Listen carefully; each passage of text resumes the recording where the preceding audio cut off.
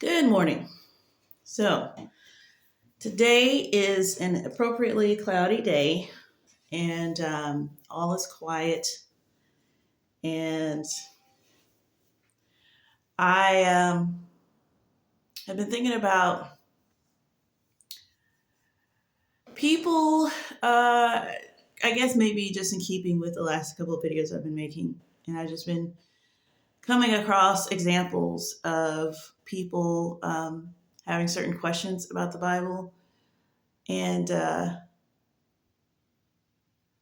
one thing that I hear a lot, or I in particular, there's a family member that is starting to read the Bible, and um, they're saying they called and talked to my husband and about you know the idea of Jesus being God and where is that in the Bible and blah blah blah. And at first, this is a person who at first they did believe that and understand that, and then someone else was talking to them about it and said, "Oh well, that's nowhere in there." And it doesn't say that, it says this. And so they're looking for specific examples. And I came across, I don't know, some other common things that people say about the Bible. And I was like laying in bed and I was thinking about this, and I'm like, what is this need to sort of vet the Bible in a certain way? It's like they're trying to, like, I'm trying to figure out the chain of thought or the train of thought, because I'm like, why are people doing that? Like, why are people asking certain things about it? Or why are certain things that can get you, like, that can cause doubts to rise up? Like, why are those things working? And I was thinking about it and I was like, you know what? It seems like I think people have an idea. They don't realize that they are forming an idea of what they're going to do in order to get to God. So, like, when people are going through the scriptures and they're looking for, you know, um, they're looking at the rules and they're looking at like what God said is right and wrong. Either they're looking for God to say something that they don't agree with, or they're looking for like what they are supposed to do, like to know if this is the thing they want to join, or they're looking for, it's like that particular thing is like, to go down these rabbit trails and where does it say this and where does it say that. It almost seems like, if I were to guess, it's like, okay, I'm going to, once I can verify that this entire book is okay, then then I will lend it my trust, and then I will pour over the scriptures. And then it seems like, with the people who are looking for the rules and all that, it's like, okay, well, once I know what the rules are, then I can agree with those rules, or then I can start practicing these things, and then I'll go up this ladder, and then I'll meet God eventually. And it's like, okay, you're already on the wrong track. It's like, your questions are already showing me that you're on the wrong track. And this is not where God is at. God is like right here, right now. Like, you start with God. And that was one of the points. So basically, this video is going to be like common misconceptions about God and the gospel and the Bible and all that stuff. Because, this is just from my observation. Like, that's another thing. Like, people are always like, when I say something, like if I've ever been in a conversation and I don't know, I'm just telling people, no, this is how it is. It's more like this. And I'm explaining it. And they're like, well, where are you getting that? And it's like, I'm getting that from my brain. Like, I didn't have some other higher authority tell me what this is. I'm getting it. And it's really funny too, because sometimes you'll get people who will say like, tell me this and tell me that, just don't use the Bible. And, which is funny because it's like the direct opposite of where did you get that? But it's also, It's like the same two sides of the same wrong coin, where um, either you have to be getting this information from a trusted source, and we're just going to pass down the trusted sources. We're all just going to trust the sources and whatever. Or it's if it doesn't like come from just, it's got to come. It's not trustworthy unless it comes from the outside. And it's kind of both. Like it comes from the outside because everything is God. Like every true thing belongs to God. So yes, it can come from the outside. Um, and you should be able to see it on the outside. That's sort of like how the Bible can verify itself. It verifies itself through reality, and reality verifies the Bible. So, so the first thing is that, and this is just clearly observable. This isn't like, it's just stuff that people don't notice, like typically. But if you really like think about it, it's all like, I'm not telling you anything that's like, this is all like public domain information. Like I'm not giving you some patented version of the truth. Okay. So, so God gives you the truth up front, right then, boom, you get the truth. Do you get every single iota of every true thing? No, because obviously that's just an insane amount of information. So no. But as far as like what you're doing and what this thing is about and like everything you need to like start on a journey, like the journey starts with the truth. And then like it's not like the truth is the end. Like most people, I think it's just the way that the journeys are set up for everything else. I mean, there's a reason for that. There's a reason why all the other belief systems put you sort of on this treadmill or get you on this path that you're on. And by the time you're like creeped out by keep going forward, it's like you've gone so far, whatever, law of diminishing returns, whatever. Um, and so people are geared them. It seems like people are gearing themselves up to start this thing with God. And it's like, okay, I'm going to start reading the Bible. It's like, I wouldn't even, don't start reading the Bible till you get the truth. Like, I mean, a lot of people have found the truth through reading the Bible. But if that if that hasn't worked for you, if that has just like, you read the Bible and it just kind of like repelled you, but you're still trying to get to God, but it's like you just keep stumbling over, well, and I read a really interesting chapter in Ezekiel today that I might read to y'all, but yeah, like God tells you the main part first, which is, um, the stuff that everybody knows about Christianity. Christ died for your sins. God made the world, sin, original sin, Satan, that stuff. I mean, that right there is like a lot of cleared up stuff. And so if that doesn't trigger anything for you, or maybe it does, and then it's like, if it's all about your intentions, like just like how people think, well, I'm going to do this first and then I'm going to believe the gospel, or then I'm going to believe the word, I'm going to go in here. It's like your intentions are something other than, it's not going to get you the result that you want. So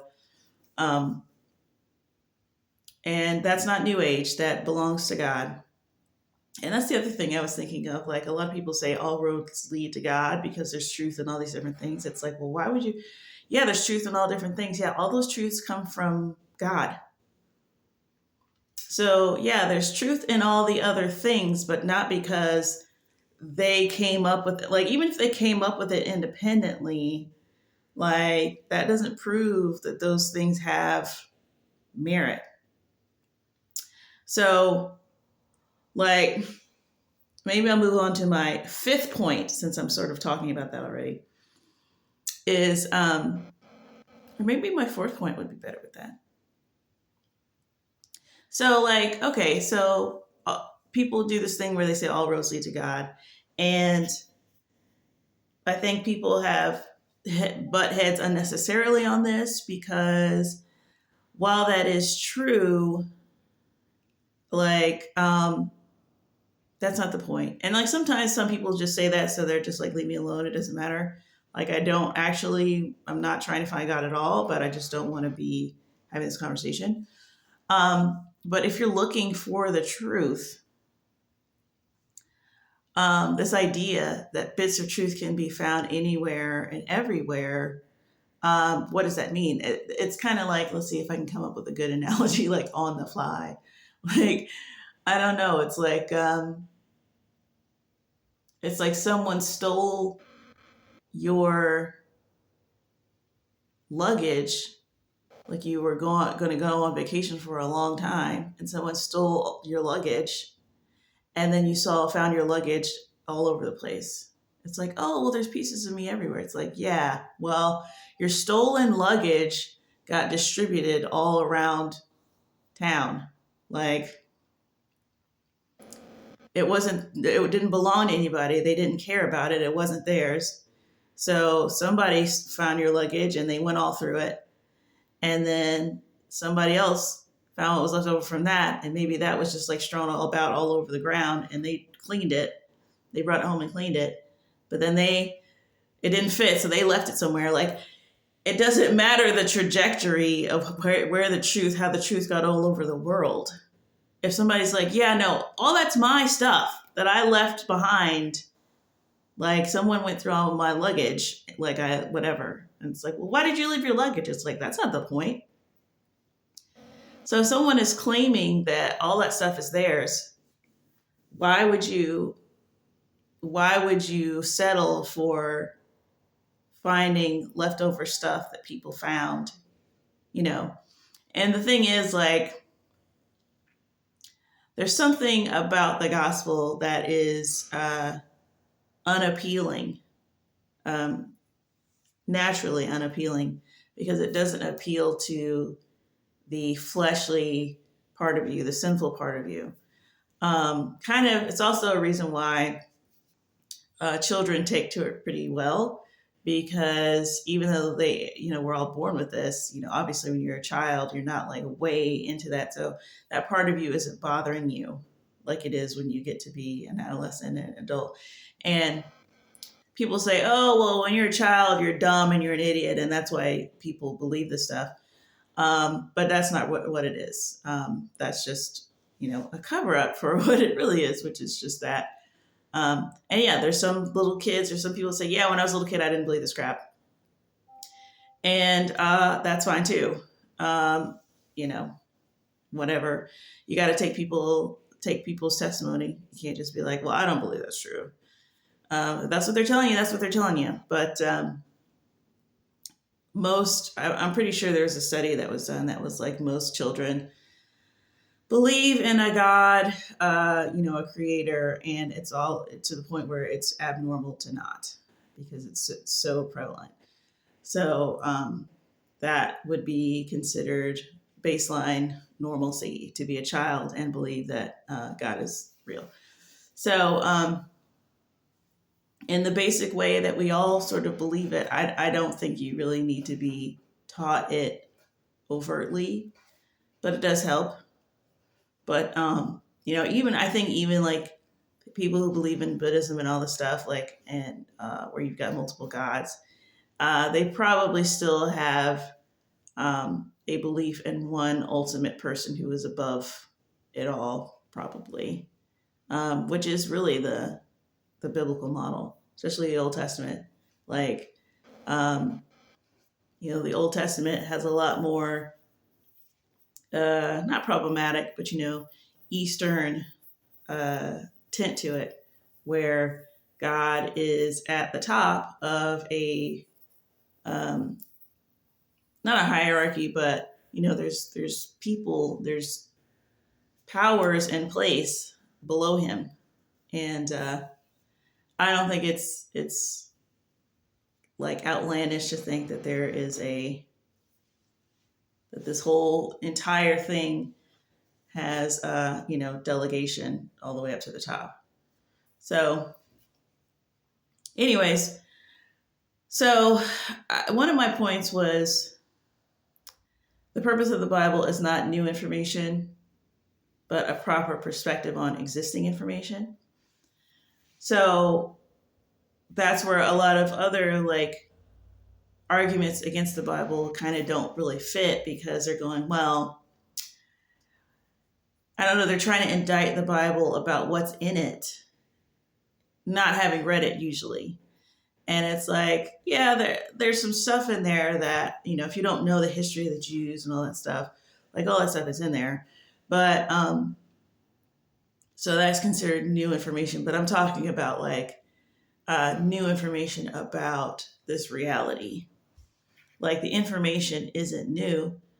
You know about sin, you know about shame, you know about goodness, you know about love, and you know about evil, and you know about all of these things, but you don't know the proper paradigm to put them in. And so that's really what the Bible is for you to have the proper paradigm. So even, Christians, even believers will get this wrong, because this is an issue about humans and human thinking versus godly thinking and spiritual thinking. So, God made this place with a spiritual, godly mindset, and you live here, but that doesn't make you your human expertise on it the ultimate authority. The ultimate authority, it would be the one who created it, and he thinks of things differently than you. So, a lot of Christians will say, well, there's no such thing as sorcery and witchcraft. Those things are made up things, and the only real power is God's power. And it's like, okay, well, read the Bible. It doesn't say that. You can't just say that because it makes God the hero in the story and everybody else losers. You can't, just because you're a believer, you can't make up stuff like that. So, people, the people or they think that that you've won an argument or something because, because I don't know. It's just weird. It's like, well, the Bible says it. People will say, if the Bible says that the world is never going to accept you, and a servant isn't greater than his master, and if they hated me, they're going to hate you. If Jesus said that, and you go out in the world and you do your Christian thing, and everybody hates it, and you're a failure, or everybody, you just get pelted with whatever, and you interpret that. I mean, of course, there is a temptation to judge that the way everybody else on earth would judge that. But it's like the Bible already told you what it was. So the Bible wins. The Bible said that exact thing. So to me, a lot of people are going by I feel like this is the only time that argument that makes sense, where don't go by your emotions. Because if you're looking at the situation and you're going, this is horrible, I've lost all my friends, I've lost all my money, I've lost all my family, whatever, I'm shunned because I'm such a pariah. Okay, yes, that is powerful, powerful, compelling evidence of something. But to me, the fact that the Bible already said that's what it was going to be just way trumps that already. That, to me, it's like, so that's kind of where you're going to be tested at, because it's like, well, do you hold more valuable the information, the fact that the Bible is the source of the information, or the fact that you're just having a crappy time on earth? Which is the more compelling thing for you? And if it's all about you having a good time on earth or a crappy time on earth, then, you might as well put the Bible down, because it's not even about that anymore. So, and a lot of people, God tests people because they find out where their real um, affection is. So, and if a lot of people just wonder, like, well, why are we even having a crappy time on earth at all? It's like, well, we're not in heaven yet. Everyone's got to get through death before we can get to that part of it. Like, I don't know, I felt like that was a no brainer, but some people are confused by that. It's like, no, you got to die to get to that part where it's like, well, how come it's got to be this and that? Like, it's got to be that until you die. And as long as God keeps this thing going, that's what it's going to be for anybody who's alive right now. But when you look at you're just yourself. You're just responsible for your walk and your 70 years or your 80 years or however long you end up getting.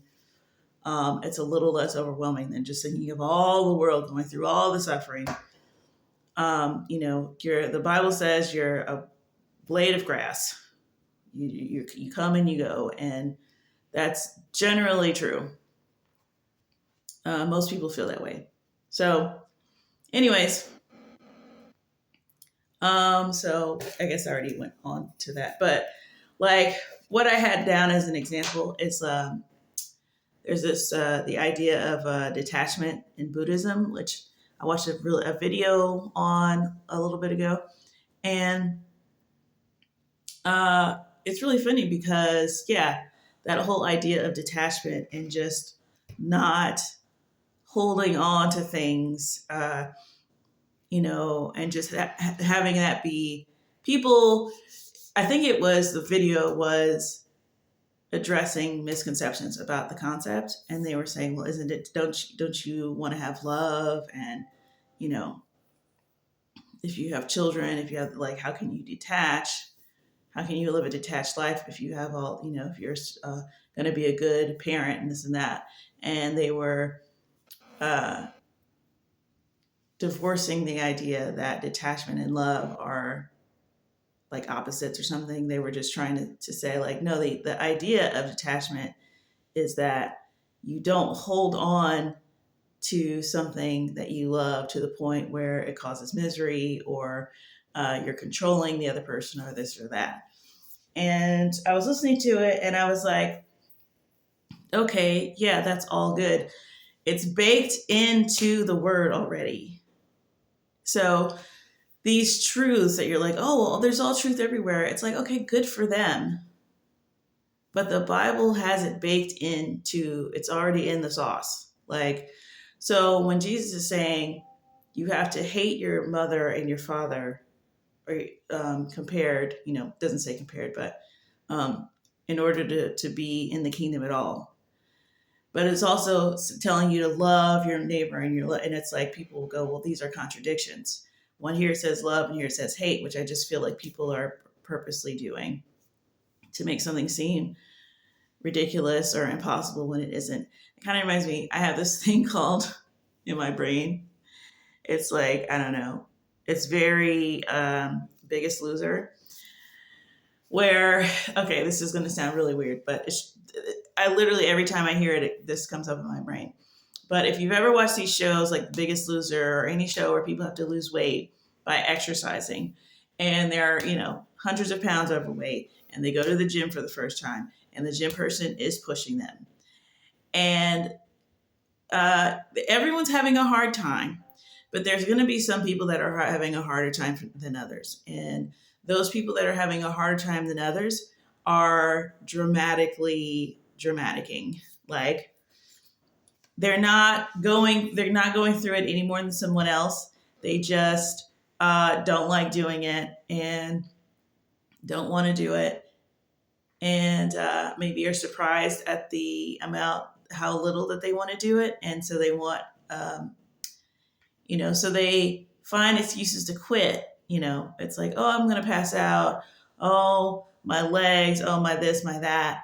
And it's like, okay, well, you're not fooling anyone here, especially, And then they try to like have a heart attack out of spite, you know what I'm saying? Like they try to literally have a health scare so just so they can be right about the fact that you pushed them too hard.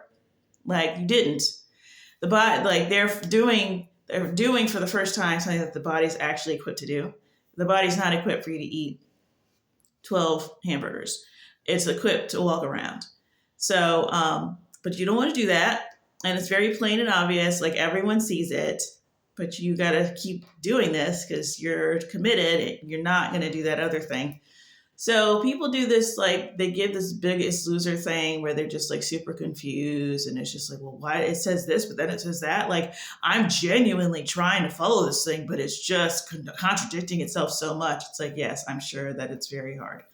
Um, but what's happening is not a contradiction, but um, it's another truth like detachment baked in, and you're supposed to like have God if you're genuinely confused and you've never seen a concept like this before at all in your life. Then God can give you the revelation, and if you have the Holy Spirit, like, and you're reading the Bible, you're already good to go. You should be fine. But if you're opening up the Bible just like at random and you're just inviting yourself over and then you're just confused as to all the customs, then yeah, you're going to be confused. But so yeah, the idea of not loving something, the Bible says something like, they didn't love their lives unto death. And then people will be like, well, you're not even supposed to care about your own life, but then you hear about Buddhist detachment and they're like, oh, that's so good. And then they just go off in this Buddhist direction because of a single truth. I mean, it's literally the whole thing's built on that. Like, it's just this like revolutionary thing. It's like, well, here it's just regular. It's just a regular idea that we talk about that along with the other ones. So I don't know if that just means that a single verse in the Bible is worth just like rubies and pearls. I mean, that's the implication is there. That could very well be what it is. And then the devil takes one of those rubies and one of those pearls and builds up an entire religion based off of that. And that's enough for you because you've already refused to open the Bible and you rejected it and said, well, that's nuts. So so you don't know that. But yeah, so there's that one. Okay. And kind of along those lines that people do, which is they say that there's all types of truth in the world, and then they say, they pick the one that works for them. And unknowingly, I mean, I just don't think that they're thinking about it. And why would they? Because everything in life is pretty well built and well established. But when you do that, you're going to get the wrong result. That's just, you take that same philosophy to math or, cooking or something, and it's not going to work.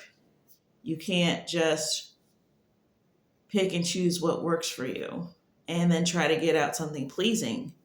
Like, it's either going to give you a bad result or it's going to, it could be one of those things where you can never come to the conclusion because you're constantly changing the pegs. And so it never resolves itself. And so you're constantly doing something, which I think is what humanity is doing as a whole, because, time is moving on and they're changing what is right and wrong based on the time period, based on what they want to do, based on how they look at the past. And so they're constantly getting this result that isn't right, which, I mean, obviously the devil's leading the charge on that, especially with all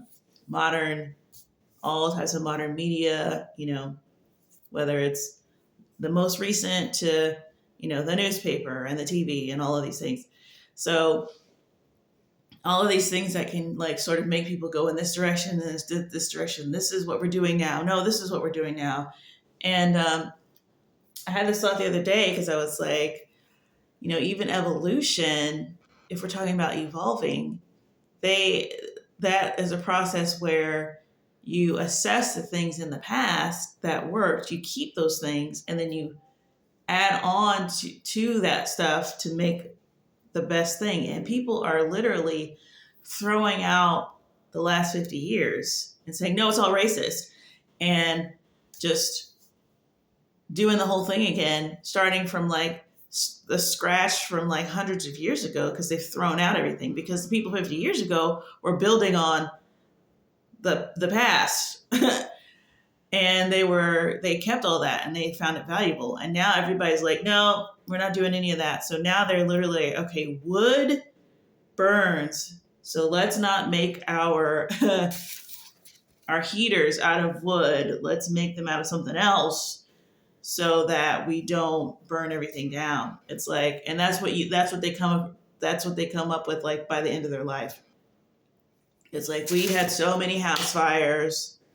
So my advice to the newer generation is, don't use wood if you're going to uh, build a furnace or something that houses wood.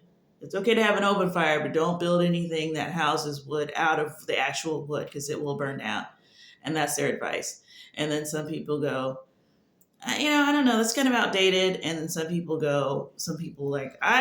debate about it. Should we use wood to make our wood furnace? Or should we use something that doesn't burn to hold the wood? And then they have a poll. Like, that's where it's like, that's what it feels like I'm living in. Like, does anyone else feel like that? And that comes from, like, because the Bible literally says, there's a way that seems right to a man, but in the end leads to death. And just that little verse, it's not even like listen to this verse. It's like it's saying so much right there. It's telling you right now, like, you can't do this. You cannot, in your own human strength, come up with these things. So just cross yourself off the list. It's telling you that the reason why you can't is because you don't have like the accurate, perfect lens to see with. It will literally kill you. Like, it's giving you so much information. So yeah, picking and choosing what's right. It's causing society to collapse, actually, but it's very, very slow. But it's like with these people who have, I don't know why I'm on fat people today, but my husband likes to watch My 600-Pound Life. And when these people go in for their month checkup or their 2-month checkup or whatever, and they've lost nothing, or they've gained 2 pounds, that's not like, well, it's only 2 pounds. That's what they'll say. But we all know, sitting at home, for them to have shrunk your stomach and you lost nothing, you gained 2 pounds, that is awful, awful. So it's like these people who are picking and choosing what's right, and there's no change. It's like, how were you on a quest for truth and nothing changed? Well, it didn't get any worse. It's like, okay. So, I think I discussed that pretty thoroughly. Okay. And this one. Okay, good. So I'm only down to technically one. So here's another thing that's also sort of along the lines. I feel like God is helping me with this super ranty, rambly thing that I'm doing. So also along the same lines,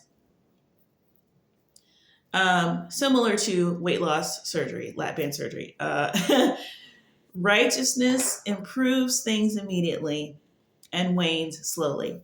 So this is another big thing that I think confuses people, and the devil uses this. It keeps people going down the wrong track for a while. It's just a simple reality that once you change your life for the better, like once you decide to change your life for the better, it's not even so much that, but like, it's like when God enters your life, and this happens over and over. You can listen to many, many Christian testimonies about this, even though it may not be the end of the journey. Like it's like, oh, I found it and it's over. It's the end. Yes, you found it, and yes, there is an instant improvement to your life. A lot of people, there's people who, if they're drug addicts or whatever, they're depressed, whatever. A lot of people don't touch drugs. They don't need to go to rehab. Some people do, but a lot of people don't. It just goes away. They receive God, and the need for it just vanishes. A lot of people aren't depressed anymore. A lot of people get healed of, physical ailments, um, grief, all of these things. They can just leave you right away. This doesn't happen with bad things. Like, I don't know if anybody's noticed this. When you're dealing with bad things, most bad things, and we're talking about things that are like the opposite of righteousness. Obviously, if you get hit by a Mack truck, you could consider that a bad thing, and that is affecting your life instantly. But what I'm talking about is things in the spiritual that are bad. They sort of latch onto you, and then there's a gradual decline. Even if you're talking about like being a drug user and you're like, from there I was hooked, you're still going through a gradual declining process of losing your job, losing your family, whatever. That takes time. And then also, while the bad things, the wicked things sort of decline gradually, and righteous things improve things immediately, they also wane slowly. So let's say that you're a Christian, you turn your life around, everything's great, there's an immediate improvement, and then there's something after that has to be maintained. Okay, and let's say that your children do not follow in your Christian footsteps, and so they stray from the faith. Well, they are going to benefit from your righteousness long after they have left. So it gives the impression that, oh, it doesn't matter. Like, you don't need to be a Christian to be like this. When in reality, like, they grew up in a Christian home with Christian values, and you could say that they rejected those. They might have rejected the big things, but they kept the stuff that they thought that they agreed with, which was enough to keep things in place for them. Also, God is blessing the generations to 1,000 generations. So he's blessing, the ones who follow him, he's blessing to 1,000 generations. The ones who curse him, he's cursing for 3 generations. Was it 3? I think it's 3. Maybe it's like 6 or something. I think it's 3 though. Anyway, it's only a few. It's a countable amount, which I think he does really to hurry the process along, to like make sure, like, okay, if you're wicked, is this really what you want to do? Because it will spur you to change to righteousness. I feel like, God has a very kind of upside downy way of dealing with this that we don't understand, but it's like, because he's trying to get your soul. And the things that typically get us to turn to God are, hardship and adversity and scary things. And, when sun's shining and everything's great, we get fat and we get lazy, and it's just what it is. It's because of our sinful nature. So that's why we can't have utopia here, because we cannot sustain utopia. If we have a utopia here, there's like 1 billion slaves eating poop somewhere that are running everything or something, or, we invented robots and made them do it, whatever. The point is, you can't have it here because we are sinful and it just will go wonky. But, once we die, we're going to I won't say that, but once we die, it'll be different. So, so righteousness improves your life instantly. Uh, Maybe even if it doesn't take everything away, it's like a 40%. You went from nothing to, and that's why a lot of these and that's why a lot of people get saved, because they'll do new age, or they'll do, they'll immerse themselves in some improvement, self-help, shadow work, doing psychology, all of these other things, and they'll see a change. They'll see like a bump, and they go, oh, this thing works because it was this and now it's this. But it's a bit like, I don't know, when you get a boyfriend, when you get one of these know nothing men out here, and they start giving you the world and doing this and that, and then they slowly get worse, and then you just kind of go, well, what's going on with you? And they're like, oh, well, and then they know that's their signal to step it up again a little bit. And so they step it up a little bit, which tricks you into thinking like, oh, things are improving, when they really are just, they're just trying to do something in front of you that looks like they're doing some effort so that you'll stay around. So, it's like you'll do these things in the world, and you'll be like, I am 10% better than I was last year. And then so that gives you the hope that you're going to be 10% better next year. Guess what? It's only 5% next year. Well, that's fine. Whatever. If I keep going this way, half life, whatever, and then you get with God, and it's like, and you're like, oh, this is it. Okay, I thought that other stuff was improvement. No, this is God. My bad.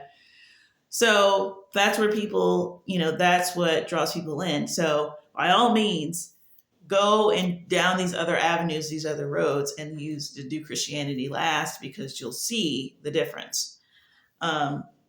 Just hurry up about it, because time is running out. So, yeah. And then the other thing that tricks people is that, who knows how much of the previous generations, I talked a little bit about that in either my last video or the previous to that one, but like the previous generations, what they did, we can still benefit from those things. So, and then there's a lot of things that will change, like the way, I don't know, it's hard to explain, like being a millennial, being, having been full grown adult, 18 years old before a personal computer was in my house. I think we are starting to see the benefit of living the way that we lived. And just the difference. And it's sad but honestly, I think they've given us false hope with this whole, like, well, we should have researched this thoroughly before. But it's like, you can't do that. You can't just research everything before you introduce it like that. You're just putting too much hope and faith in these scientists. Like, how long, if they come out with the orgasm drug that's like, all you got to do is take a pill and do this, such and such, how are they going to really research that for 30 years? Like, the private sector is going to be like, release this right now or we're going to kill you. Like, what are you talking about? They can't do it. You can't come up with the promise of something and be like, well, we're just going to test this out responsibly. If you're already trying to come up with something that keeps you from living life and having responsibilities, and that's the entire product, like purpose of the product, and you're going to release that responsibly, like, you sound like an insane person. So, yeah, I think we just put too much hope in the idea that humans are going to be around to watch the Watchmen. Like, there's always going to be somebody who's going to do that, and it's like, that was a privilege that we have squandered. Like, we didn't think it was worth not being corrupt and not cheating on your tests and not doing this and not giving it to ChatGPT and letting it just do other things for you so that you can get elected, so that you can get your things, so that you can have money, so you get your PPP loan.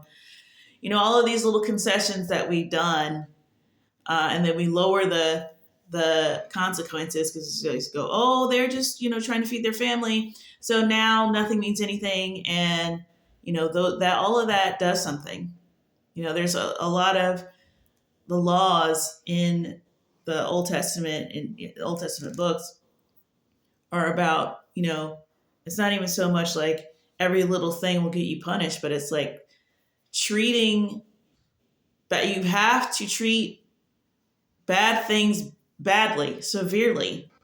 You have to do that to preserve the thing because y'all are hard headed, and if the principles or the penalties start to get lowered, everybody's um, inhibitions will lower, and um, that's not a myth. That's not just something that people say, and it's just this really weird paradigm, this really weird contradiction where, um, you know, it's like you can't at a certain point you're just trying to preserve something and you're saying no, don't taint this with this will stop preserving this. And it just like after a certain point you could just sound paranoid and tyrannical and dictatorial to people, and eventually they will overturn you. Like there's this horrible horrifying cartoon that's out that I don't even think is supposed to be for kids, but it looks like it's for kids, but the whole thing, it's on Amazon, and it's about, you know, it's basically Luciferian, and it's all about how Satan was trying to help everybody um, and keep people from the evil God who was trying to keep everything perfect and keep everybody under this. I mean, it's literally just, what would be considered his version of events. And it's almost like these are the two ultimate roads that you can go down. These are like, if you get down to anything, this is the only two there are. Either God is good and he made everything good and something came and disrupted that, or God was doing too much and we don't need everything to be perfect anyways. Like, what's his deal? Let's do this other thing and overthrow him. Like, and that's really what it comes down to. Like, either you think all of this is good and turned out to be good and he made it and he's going to restore it and that's a good thing too, or you think that yeah, all this stuff is good, it's good or whatever, but it has nothing to do with him. Like, and all the bad stuff was good is good too, and so like what about that? It's like, I don't know, man.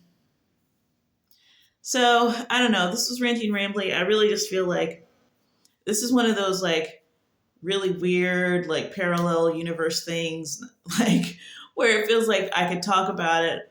I talk about it, I talk about it, I talk about it, and it's just getting further away from me. Like, I don't know, just talking about like deep things, I think, trying to like sum up very deep, whole, like things. And it's like, okay, here's what it basically is. It's just elongating, like while I'm talking.